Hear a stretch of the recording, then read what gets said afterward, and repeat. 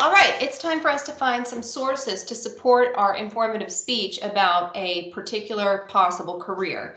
So let's go to Blackboard and take a look at some of the handy dandy helpful videos I have posted. As you know, you have a brief video on informative speech instructions and researching your speech.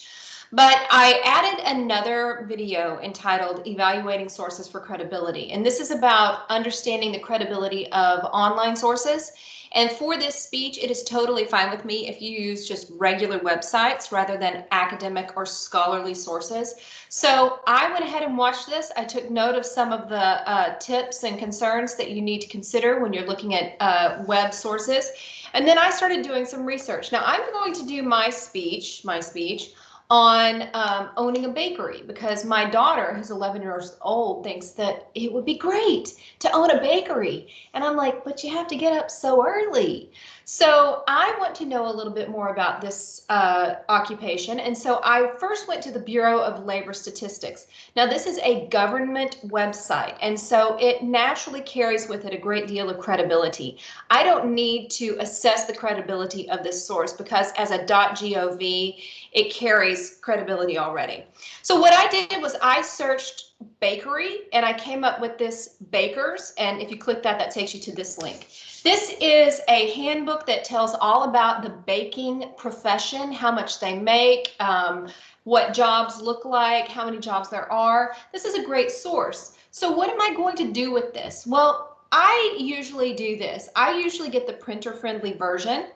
And instead of printing it, I open it as a PDF or I save it as a PDF.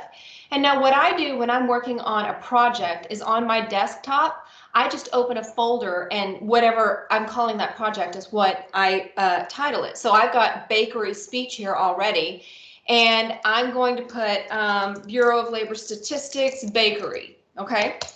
Now the great thing about that is that it will have all of the information that will lead me back to this website when I need to cite this source. Okay, so I've got that one.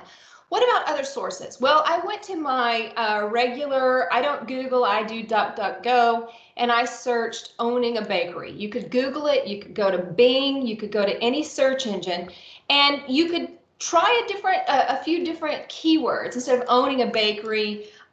Maybe try life as a baker and not as a baker, and see what you get. Okay, so this looks more like blogs, not so much like what it's like to own a baking business. So let's go back to my original search and look at owning a bakery.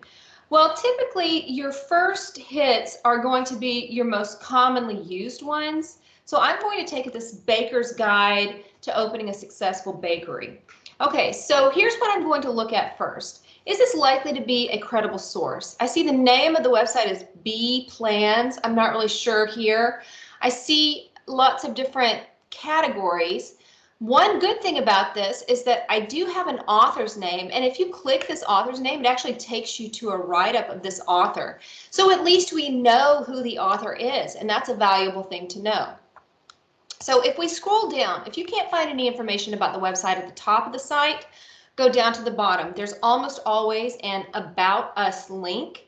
If you click this link, it will tell you a little bit about the website. Now, this is a business planning website. I've already taken a look at this. This is not scholarly, but it's certainly legitimate. I'm willing to use this in a speech and call it credible. So the great thing about this source, though, is that as I read through here, I've got some great, personal testimonies, but then I get down here and it says, you'll want to have your ear to the ground on national trends in the industry. Well, what is this? So I click this link. It takes me to this, which is a much more credible source, bakingbusiness.com, powered by Milling and Baking News and Baking and Snack. Okay, so this is a source that's focused on the business of baking. Now, this is great. This is telling me some really interesting information. And so I'm going to go down and try to find more information about this. But what I'm going to do once again is I am going to try to figure out a way. Is there there is.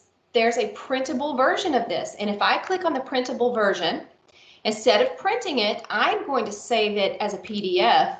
in my bakery speech folder. Boom. And I'm going to call this Baking Business article.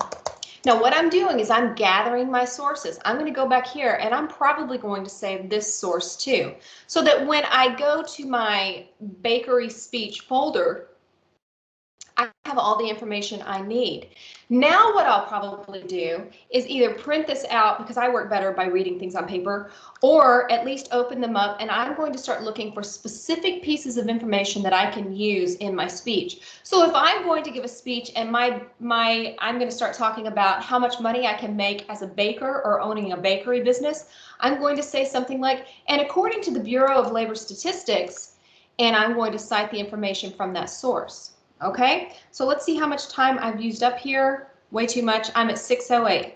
So that is how I'm going to start looking for my sources, and I'm going to consider the credibility of the sources to make sure that they are valuable and they are going to add to my credibility as a speaker because they are credible. So credible speakers use credible sources. And if I'm going to use an obviously biased source or a source that is obviously lacking in credibility, that reflects on me and my credibility as a speaker. Okay, I will call it there. Look for a video coming soon on how to start the process of outlining your speech.